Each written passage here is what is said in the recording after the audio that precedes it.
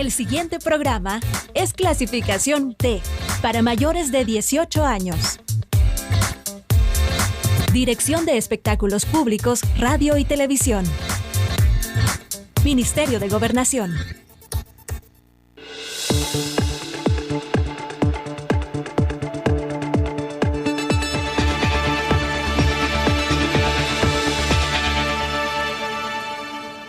Buenas noches, bienvenidos y bienvenidas a una edición más de Temas y Debates.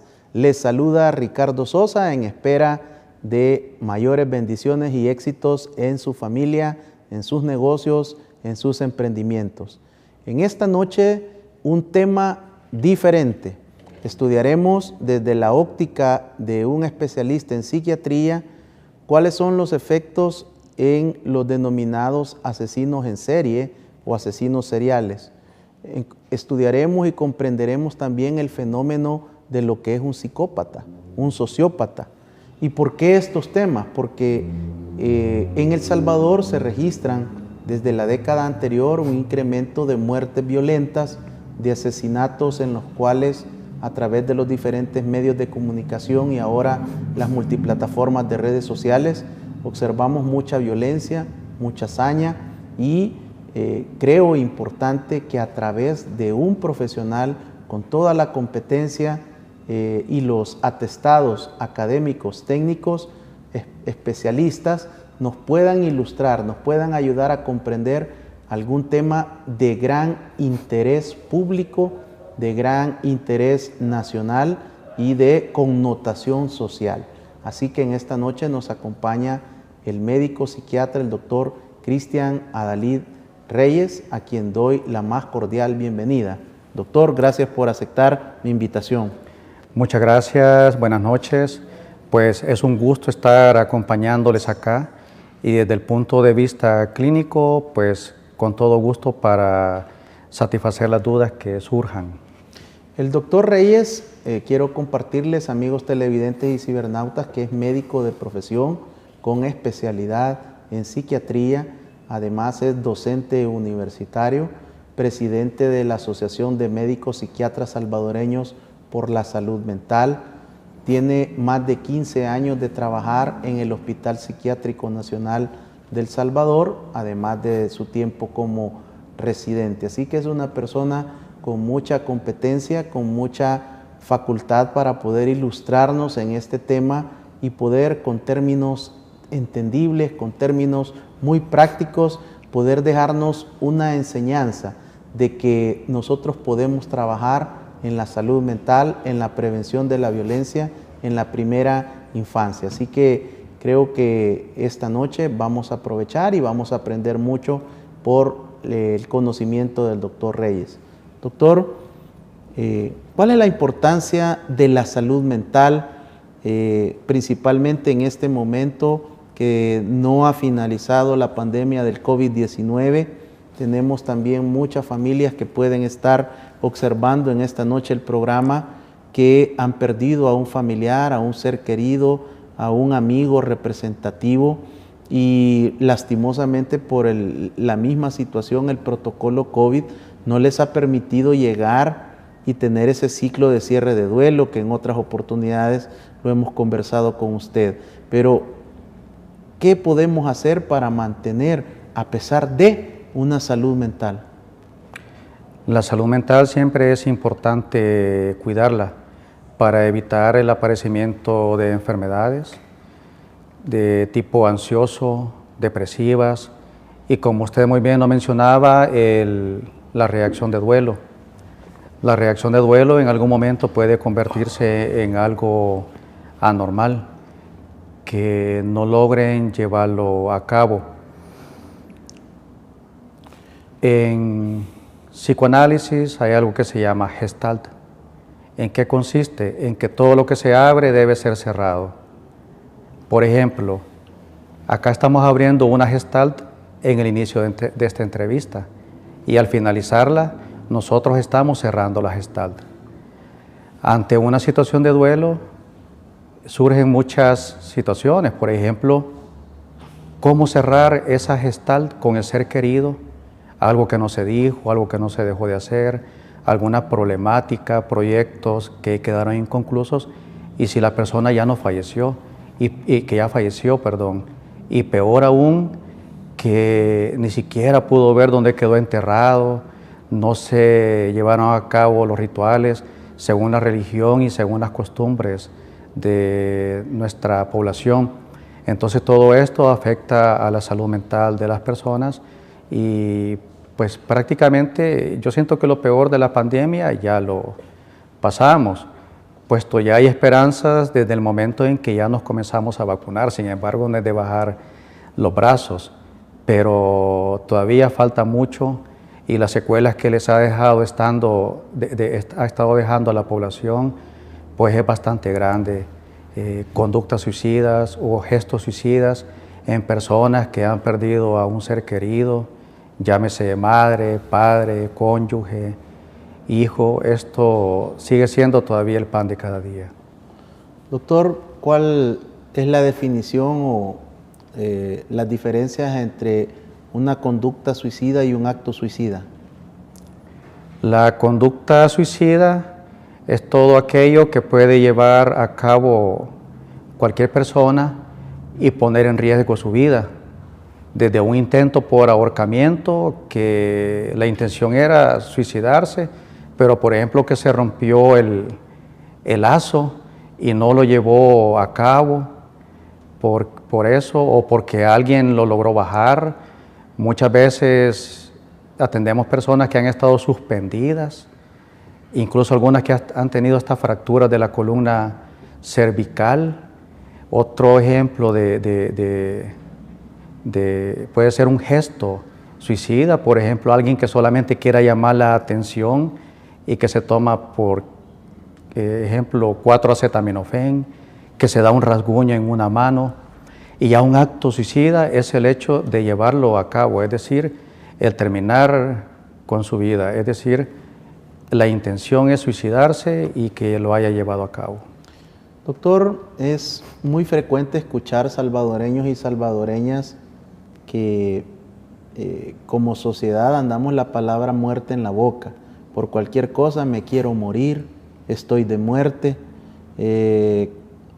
No tenemos quizás la comprensión de lo que implica esta terminología y estas palabras que no hacen beneficio a la salud.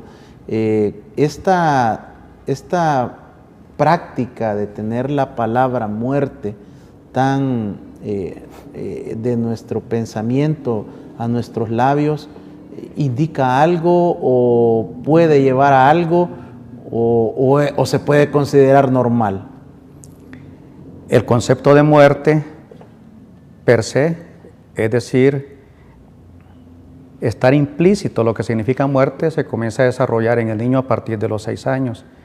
Antes de los 6 años puede mencionar la palabra, pero no entender en qué consiste la muerte. Sin embargo, a nivel inconsciente está presente desde el nacimiento. Tenemos 2 tipos de energías que son explicadas también desde el punto de vista del psicoanálisis. Una es el eros y otra el tánatos. El eros es todo aquello que nos mantiene vivo. El tánatos es todo lo relacionado con la muerte. El niño desde que nace se abraza a la madre. ¿Por qué? Porque sabe de que estando junto con su madre, eso le da seguridad y obviamente no se va a morir, pues, porque aunque no está desarrollado el concepto de muerte, sabe que por sí solo no va a salir adelante, no va a sobrevivir. Entonces, acá hay que hacer una aclaración, diferenciar la idea de muerte y la idea suicida. La idea de muerte es, me quiero morir. Muchas personas lo expresan como, si quiera Dios me mandara la muerte, yo ya no quisiera estar acá, me gustaría morirme. Y ya una idea suicida es la intención de la persona de interrumpir su vida, es decir, llevar a cabo el acto suicida. Doctor, revisando las estadísticas del año 2020 encontramos datos espeluznantes sobre el suicidio. y usted sabe que hemos desarrollado en este programa series completas de prevención del suicidio y en lo particular mantengo una campaña de prevención del suicidio con un mensaje muy claro de abrazar la vida. Pero durante el año 2020 se registran niños, niñas y adolescentes que también tomaron la decisión de quitarse la vida. ¿Qué sucede en la mente de un niño, de un adolescente, cuando conocemos, de acuerdo al marco teórico, a las leyes, a todos los procesos de formación, que un niño, una niña antes de los 12 años no tiene una comprensión plena de sus actos? Saber lo que estaba en la mente de una persona que ya se suicidó, pues es bien difícil. Sin embargo, hay muchas personas que sobreviven al acto suicida y ahí nos mencionan qué es lo que los ha llevado a tomar este tipo de conducta. Muchas veces son conflictos que surgen a nivel de núcleo familiar, necesidades no resueltas. Muchas veces son necesidades básicas para todo niño, para todo adolescente. Muchas veces son cosas que muchos las vemos de una forma superficial, como por ejemplo no poder tener un teléfono de última generación, una tablet. Muchas veces pueden ser situaciones como por ejemplo abusos físicos, sexuales, necesidades no resueltas, a veces exponerlos a actividades laborales para las cuales las personas no están preparadas. En algunas ocasiones los pacientes nos dicen de que han tenido síntomas depresivos desde que tienen uso de razón y nadie los ha sabido identificar porque como siempre los ha tenido, creen de que algo de eso que está presentando es normal cuando no lo es así. Entonces son muchos los factores que pueden llevar a que una persona tenga una ideación o un intento suicida. Doctor Reyes, una de las preguntas más frecuentes que nos hacen los televidentes y cibernautas cuando abordamos estos temas de salud mental y prevención del suicidio es, o comentarios, yo no estoy loco o loca para ir con un psiquiatra. Cuando yo vaya donde un psiquiatra es porque ya topé, porque ya se me cholló el disco. Y estas son frases muy salvadoreñas que nos han expresado nuestros televidentes y cibernautas y tenemos la responsabilidad de hablar las cosas y decirlas como ellos las expresan para que en esa manera también un profesional le responda. Cuando uno toma la decisión de ir donde un psiquiatra es porque realmente ya no hay retorno, ya es porque yo tengo que tomarme un amansalocos.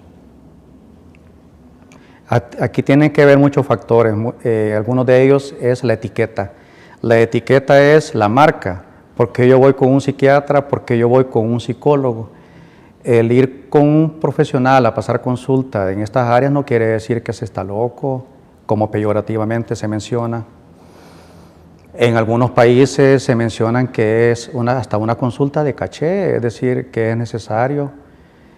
Algunos los utilizan para otras actividades de la vida diaria, como por ejemplo, qué va a estudiar, qué va a trabajar, con quién se va a casar, si le conviene o no llevar a cabo esta o aquella situación. No es que los psiquiatras veamos a las personas con enfermedades mentales en un peor estado y no el psicólogo. La duda que usted me expresa en esta pregunta es válida.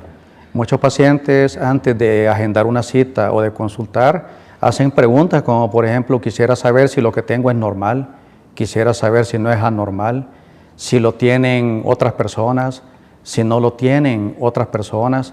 No estoy seguro si me tiene que ver usted, un psicólogo o un neurólogo. Y para sorpresa, muchas enfermedades mentales ya han sido consultadas a través de ¿qué? Otra especialidad, como por ejemplo medicina interna, cirugía.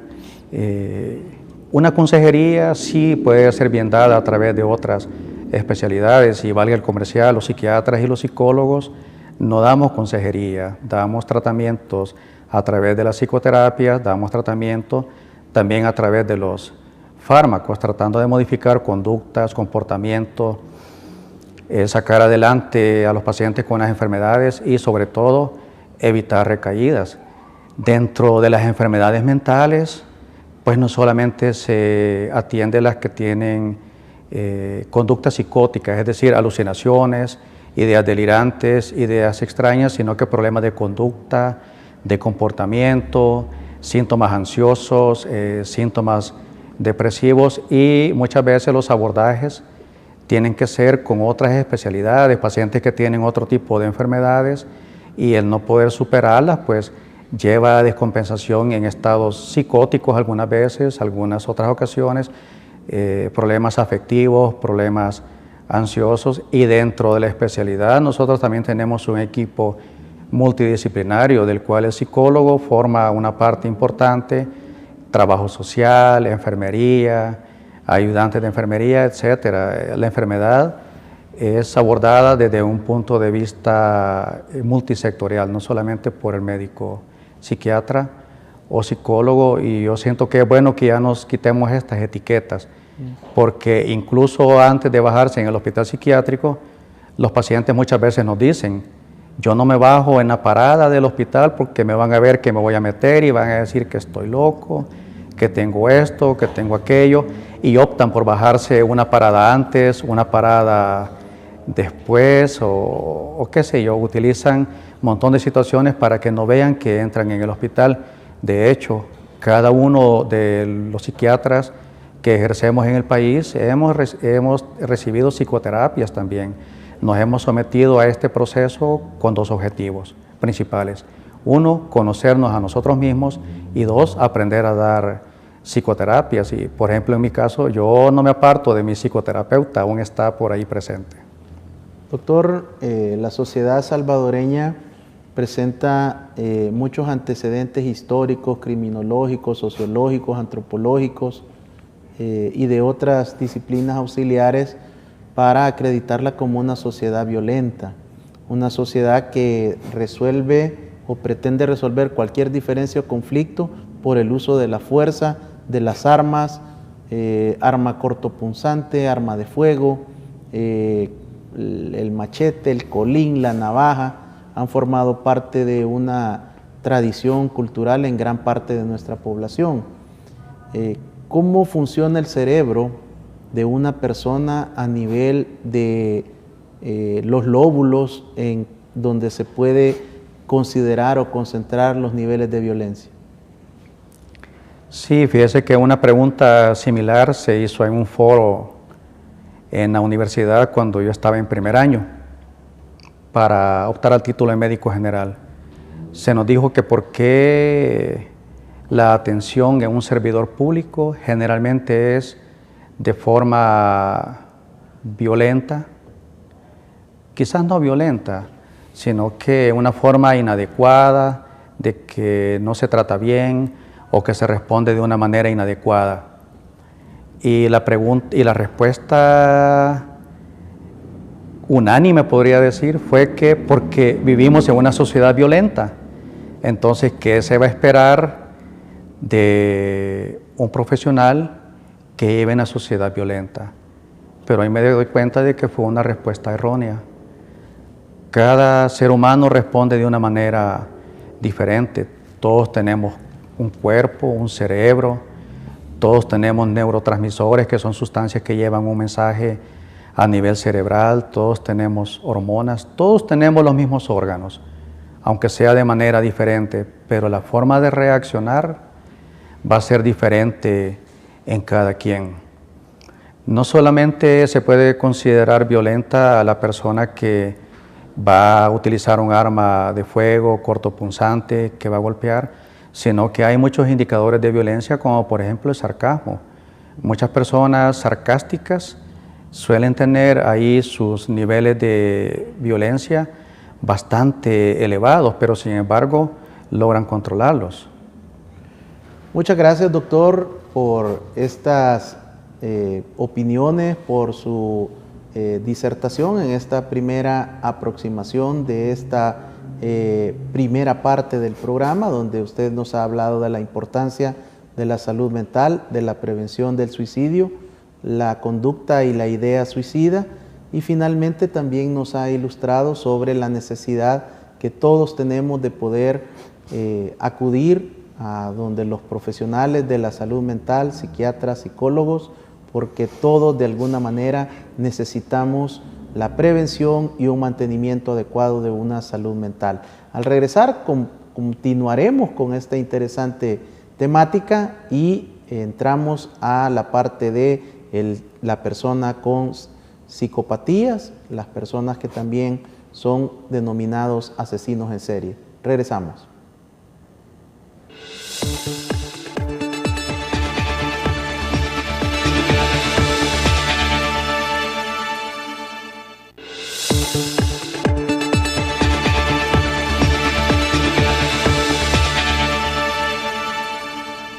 Muchas gracias por continuar en nuestra sintonía. En esta oportunidad estamos abordando una temática diferente con un médico psiquiatra, conversando sobre la salud mental, sobre los denominados asesinos en serie o asesinos seriales, el psicópata, cuál es el impacto que tiene en la conducta, en la mente de un hombre o de una mujer que deciden dedicarse a una carrera criminal.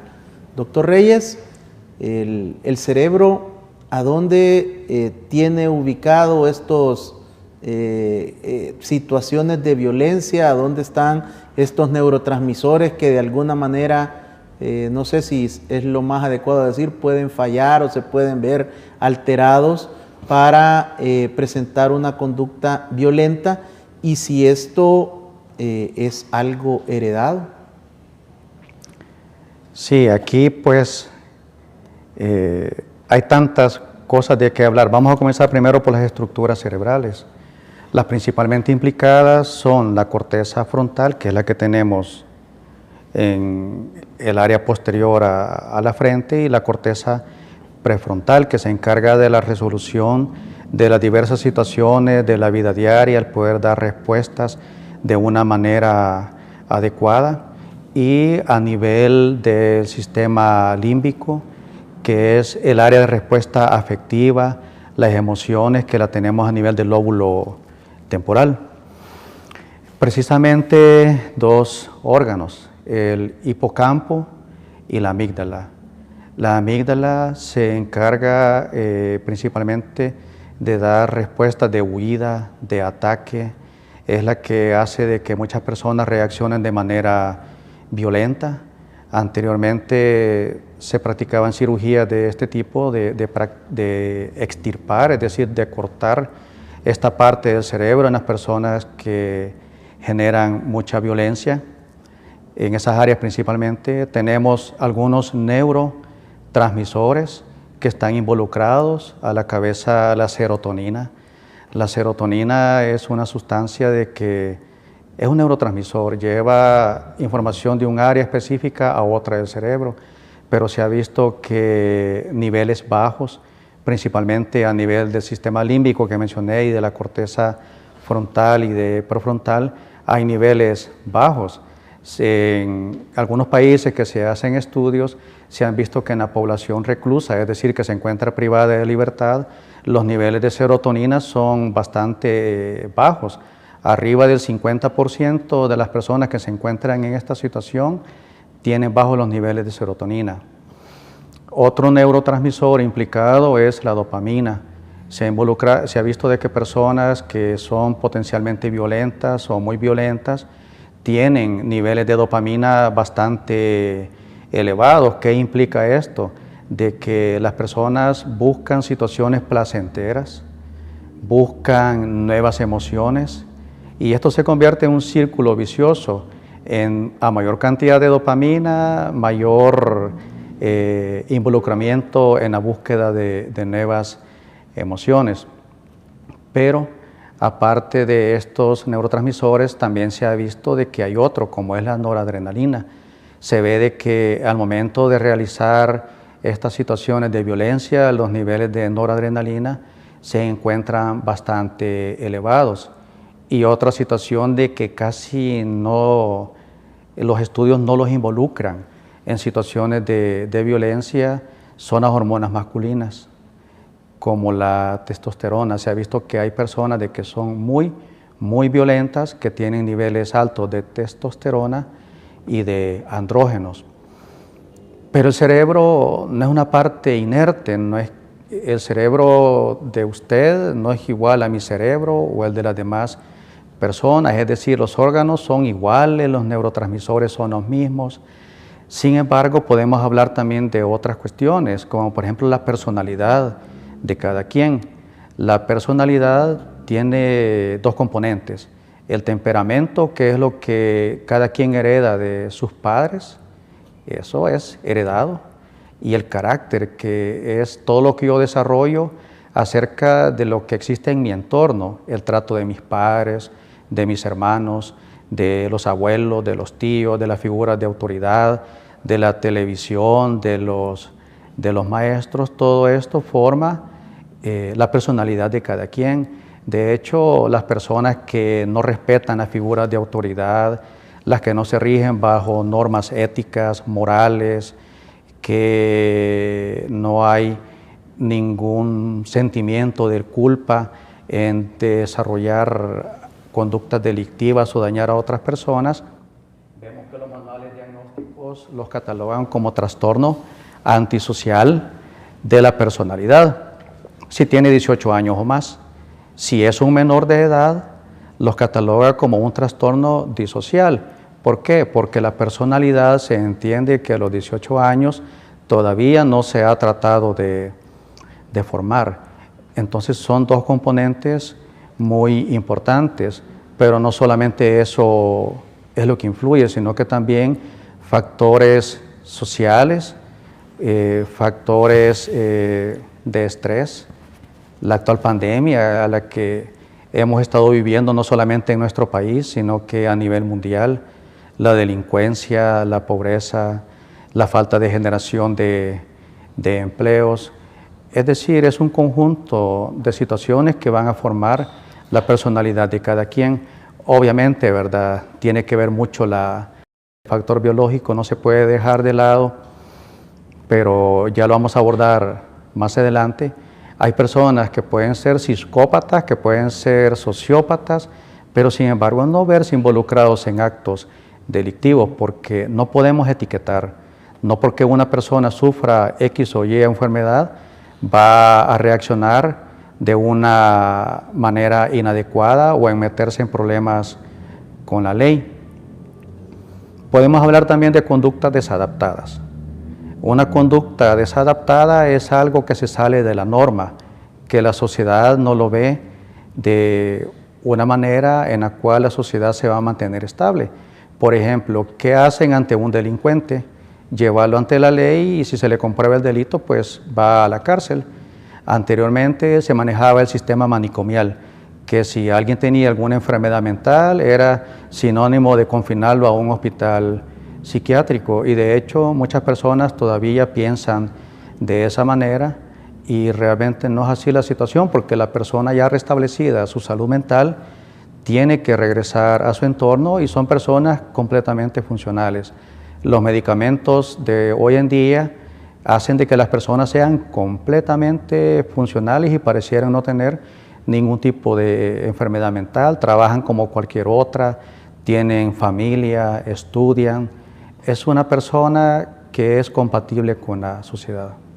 La violencia, la conducta violenta de un padre, de una madre que se dedica al homicidio, a la violencia homicida, al asesinato, se puede heredar, puede transmitirle por herencia,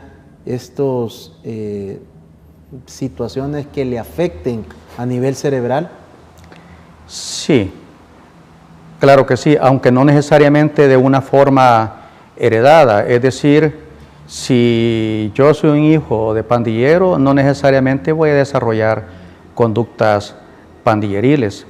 Ahí tiene que ver mucho cómo se formó el ser, el yo mismo, yo como figura humana, mi manera de actuar, mi manera de responder.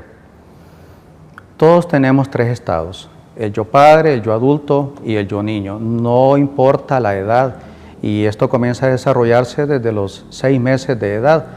¿Cómo se forma el yo niño y el yo padre? Es a través de cómo el niño ve que actúa su papá, su mamá, sus hermanos, sus primos. Si el papá consume alcohol y le dice a su hijo menor de edad, yo lo hago, pero vos no lo hagas porque te va a hacer daño, acá se le está enviando un mensaje dual y el niño lo interpreta, ¿cómo me va a hacer daño si a mi papá le hace bien? Cada vez que tiene un problema, lo consume. Es decir, la parte biológica no se puede dejar de lado, pero también las conductas aprendidas. Así se forma el yo niño y el yo padre. Entonces, el yo adulto se forma a través de la interacción entre el yo padre de esta persona y el yo niño. Esto es aplicable en una mujer que sería el yo madre, el yo adulta y el yo niña. Y este contexto se va a aplicar a cada una de las situaciones en las que nos encontramos. Por ejemplo, estamos en una fiesta, ahí el estado que más se va a poner de manifiesto es el yo niño o el yo niña en el caso de una mujer, porque va a celebrar, va a gozar, va a bailar, va a romper la piñata, etcétera. Todo va a estar limitado al contexto, pero hay niños que saben de que sus padres son delincuentes, que saben que sus padres son asesinos, que saben de que obtienen una ganancia secundaria, ya sea remunerada o de otro tipo, al ver el comportamiento de su papá. Es la interacción con su entorno, además de los factores biológicos. Doctor, rápidamente y de la manera como más comprensible para toda nuestra audiencia, ¿cuál sería la diferencia entre un psicópata y un sociópata? En ambos, tanto en el psicópata como en el sociópata, no hay respeto a las figuras de autoridad. Ellos prácticamente se basan en sus normas éticas, en sus leyes, en la resolución de conflictos. Ambos tienen alteraciones en su estado afectivo, en su pensamiento, en sus conductas, en su comportamiento. Se meten en problemas en la ley, lo resuelven de una manera inadecuada. Muy probablemente cuando estaban pequeñitos torturaban animales, ya grandes pueden llegar a torturar física, psicológicamente a seres humanos y también animales, pero la diferencia radica en que el sociópata actúa de una manera más impulsiva, no medita las cosas que va a hacer. Tiene un problema con alguien, lo agarra a balazos y no le importa quien lo vea. El psicópata es diferente, tiene un coeficiente intelectual generalmente muy elevado, es una persona encantadora ante la sociedad, cae bien, es líder en muchas situaciones. No estoy diciendo que todos los líderes potencialmente pueden ser psicópatas, ¿verdad? Sino que estos lo meditan más, hacen las cosas premeditadamente y muchas veces ni siquiera terminan siendo juzgados con la ley porque su forma de actuar es refinada, no dejan huella y tienden a inculpar a otras personas de lo que han hecho. Y no me refiero a las personas que realizan crímenes de cuello blanco, sino que me refiero a que es difícil dejarles el rastro. Son tan inteligentes de que van a terminar presos otros por sus actos delictivos y no ellos. Muchas veces terminan no siendo juzgados por la justicia. Doctor, en el caso de los asesinos seriales o asesinos en serie, desde el punto de vista criminológico hay diferentes autores, pero todos coinciden que es una persona que tiene en su haber 3 o más asesinatos en diferentes momentos y da toda una categoría, incluso existe un manual criminal internacional en el cual también se definen la terminología de masacre. Desde el punto de vista psiquiátrico, un asesino en serie, una persona que ha cometido muchos asesinatos, ¿cuáles son la problemática psiquiátrica, clínica? ¿Cuáles son esas condiciones que se pueden describir de esta persona? Sí, la psiquiatría lo ve desde el punto de vista clínico, no lo ve desde el punto de vista legal. Y como mencioné al principio, los manuales diagnósticos lo van a voy a mencionar la palabra, etiquetar como un trastorno antisocial de la personalidad. ¿Qué es lo que está detrás de toda esta persona? Porque lo que es evidente es el asesinato en serie, como usted muy bien lo mencionó. Muchas veces son problemas de personalidad. Van a estar dentro de lo que se conoce como personalidad de tipo B, que se va a caracterizar porque tienen conductas narcisistas, es decir, son bien egocéntricas, ellos mismos son el centro de todo, lo que más les interesa es satisfacer sus propias necesidades sobre las necesidades de los demás y no les importa la manera por la cual la llevan a cabo. Son personas que mienten mucho y, como dice la canción, mienten muy bien. Muchas veces no se detectan las mentiras y en ocasiones ellos terminan creyendo sus propias mentiras. Pero no solamente tienen trastornos o rasgos narcisistas, sino que personalidades de tipo limítrofes que son muy impulsivas. Aparte de eso, hay situaciones afectivas no resueltas, muchas también aspectos afectivos que no los han logrado llevar a cabo, necesidades no resueltas. Entonces, en cuanto a las causas que puede llevar a estas personas, son muchas, comenzando desde las enfermedades psiquiátricas, lo voy a decir así, sin etiquetar a estas enfermedades, porque no es que todo enfermo mental va a ser una persona violenta o agresiva, sino que debe de ser tratado, debe ser comprendido, y el apoyo de la familia. Otra situación que puede llevar a una persona a ser un asesino en serie, de que se pueden creer de que tienen una misión en este mundo, pero una misión de tipo patológica, porque muchos tienen un perfil criminológico y un patrón que la ley les puede seguir. Por ejemplo, creen que ellos tienen que erradicar a las personas que viven en situación de calle y se dedica a ser un asesino en serie de personas que se encuentran en estado indigente.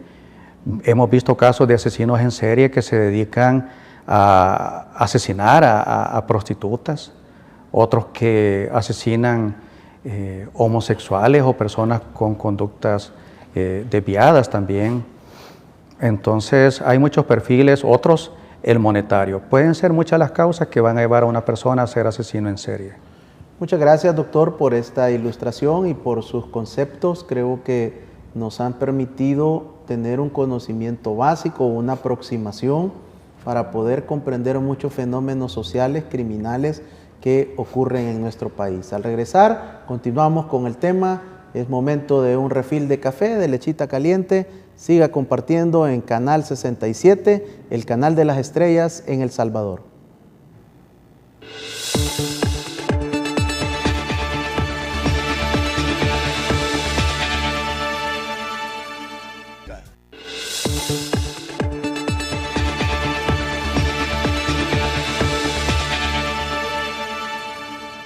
Gracias por continuar en nuestra sintonía. El doctor Cristian Adalí Reyes, médico psiquiatra, nos acompaña en esta noche. Él es un profesional con más de 15 años de experiencia y experticia en la rama de la psiquiatría. Trabaja en el Hospital Psiquiátrico de El Salvador, ha utilizado todo su conocimiento en beneficio de la población, docente universitario, presidente de la Asociación de Médicos Psiquiatras Salvadoreños por la Salud Mental, un hombre que ha contribuido mucho al desarrollo de la psiquiatría en El Salvador. Doctor Reyes, del total de los privados y privadas de la libertad en El Salvador, en el sistema penitenciario este día, el 76% está condenado por el delito de homicidio. Son más de 28.100 hombres y mujeres que están en los centros penales esta noche pagando una condena por violencia homicida, por haber asesinado personas. ¿Hay esperanza para estas personas, tanto los que han sido capturados, procesados y condenados y los que se encuentran todavía en libertad cometiendo este tipo de delitos? Sí, de hecho los programas de rehabilitación a nivel penitenciario ayudan a muchas personas y ese es el objetivo, es decir, el someterse a un proceso de privarle de libertad no tiene que ser visto meramente como un castigo, sino que es un proceso de rehabilitación y yo soy testigo del programa de Yo Cambio.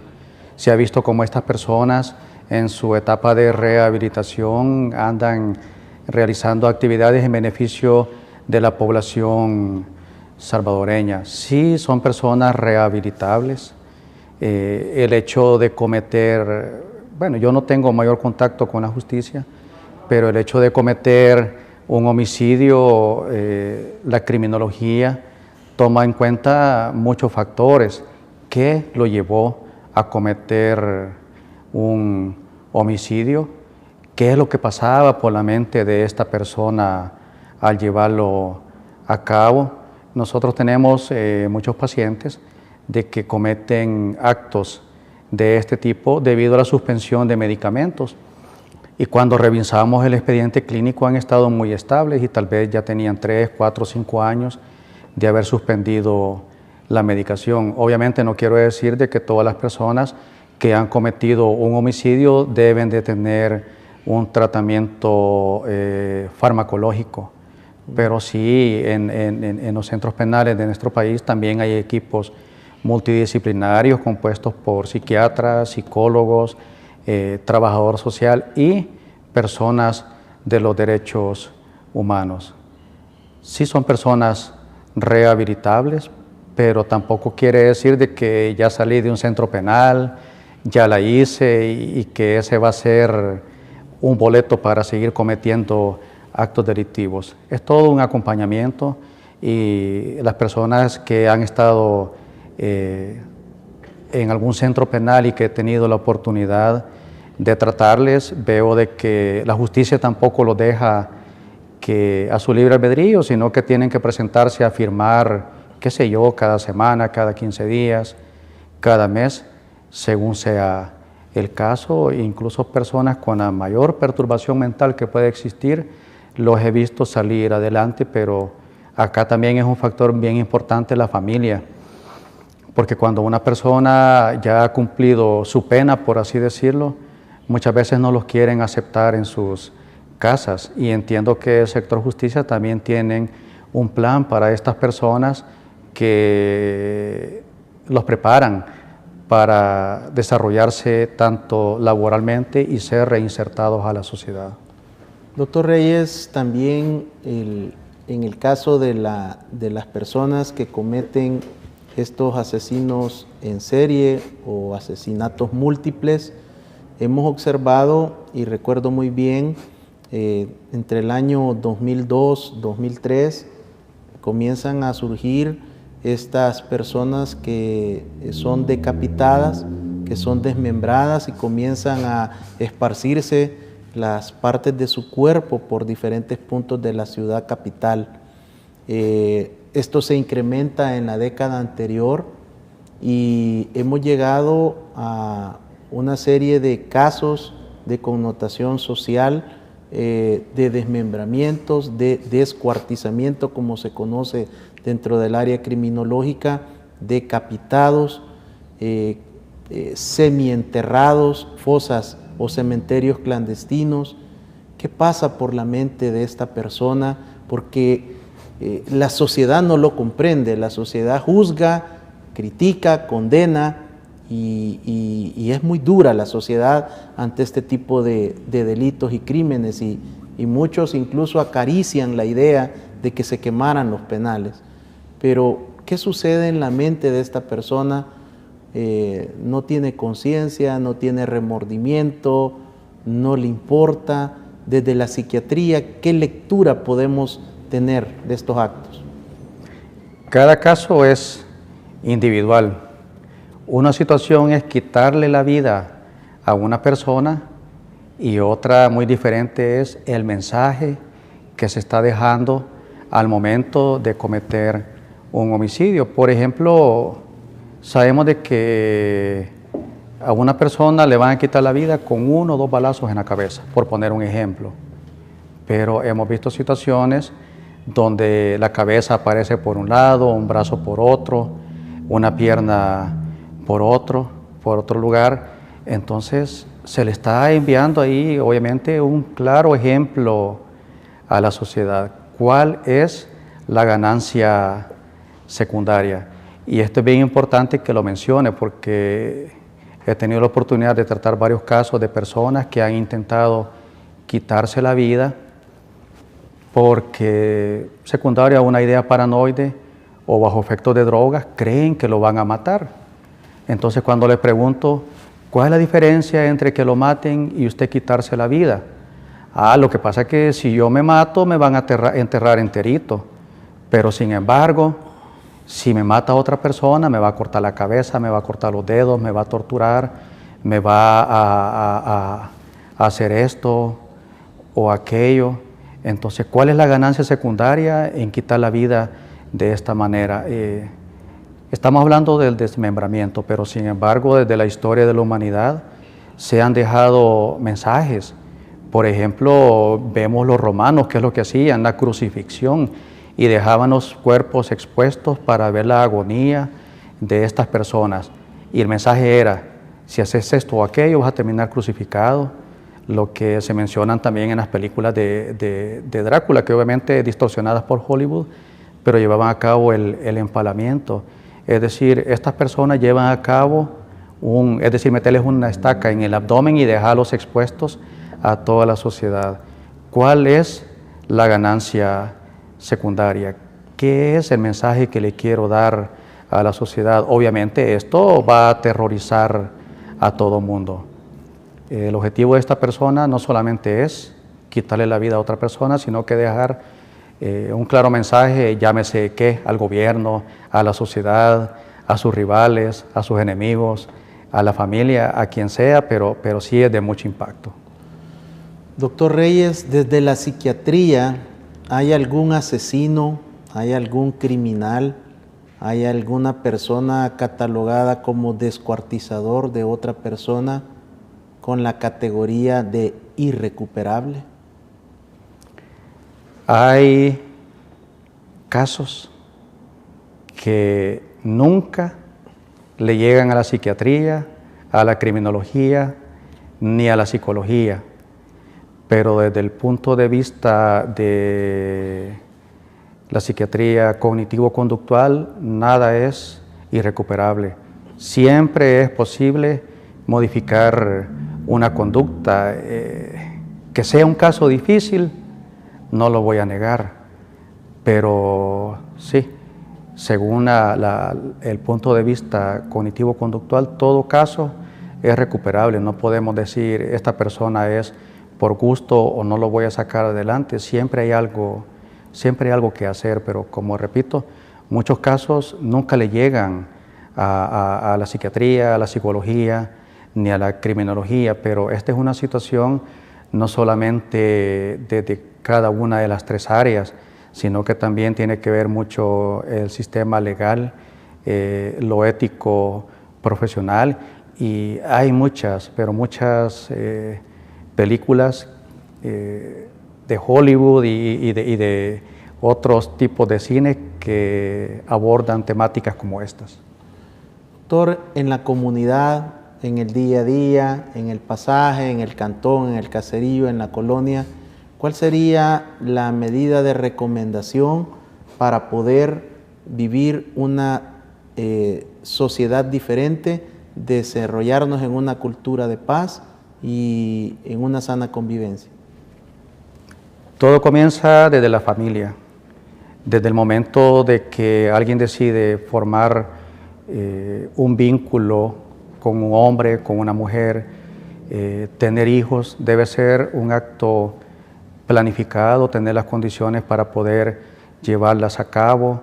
El cuidado hacia los hijos debe ser de una manera también adecuada, nunca enviarle mensajes duales a los hijos, que el papá diga una cosa, que la mamá diga otra. Al niño no se le debe someter a situaciones estresantes. Si es bien cierto, hay que corregirlo, pero no hay que tampoco castigarlo, darle las condiciones adecuadas para que el niño pueda desarrollarse de una manera que le permitan ser un buen ser humano, que puede estudiar, no someterlos a trabajos desde los 4, 5, 6 años, los roles dentro de la familia. Cada quien tiene que tener un rol de hijo, de padre, de madre. Doctor Cristian Adalid Reyes, muchas gracias por su participación. Quiero también agradecerle públicamente por aceptar mi invitación, por venir a ilustrarnos, por venir a orientarnos, a educarnos en estos temas que no se abordan en televisión en el país y que es necesario educar, formar y llevar conocimiento a la sociedad salvadoreña. El agradecido soy yo, permitirme llegar a la teleaudiencia y muy finos. Que tengan feliz noche. Amigos y amigas televidentes cibernautas, el objetivo de este programa ha sido que usted conozca, que tenga una perspectiva tecnomédica profesional por una persona especializada, competente. Creo que los mensajes a través de este programa son claros. Debemos de cuidar y proteger nuestra salud mental, debemos de trabajar en nuestra familia por tener una adecuada formación mental, una educación, un entorno familiar adecuado para poder estar protegidos de todas estas situaciones. Y para usted, joven, adulto que se encuentra en situaciones de riesgo, que está todavía involucrado en acciones delictivas, el llamado es a que deserte, que desista de ese nivel de violencia. Aún hay esperanza, hay una oportunidad, sobre todo buscando la ayuda y rendiéndose a la majestuosidad de nuestro Dios y por supuesto dándole el espacio a la ciencia para que también le ayude. Abandone la violencia, construyamos una sociedad de paz, abracemos la vida, prevengamos el suicidio, que Dios le bendiga.